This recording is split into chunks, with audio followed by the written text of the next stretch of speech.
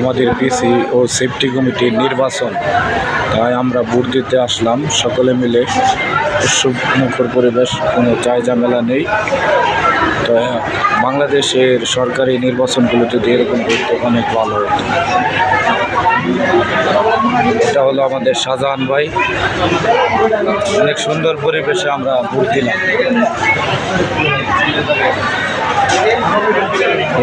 এখানে আমাদের প্রিজাইডিং অফিসাররা আছে, ওইখানে ব্যালট বাক্স ভোট নিতেছে।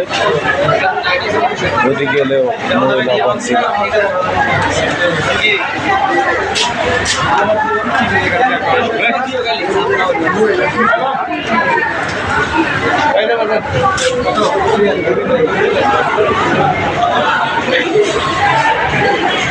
এখানে ভোট নেওয়া হচ্ছে, সকলে মিলে ব্যালট বাক্স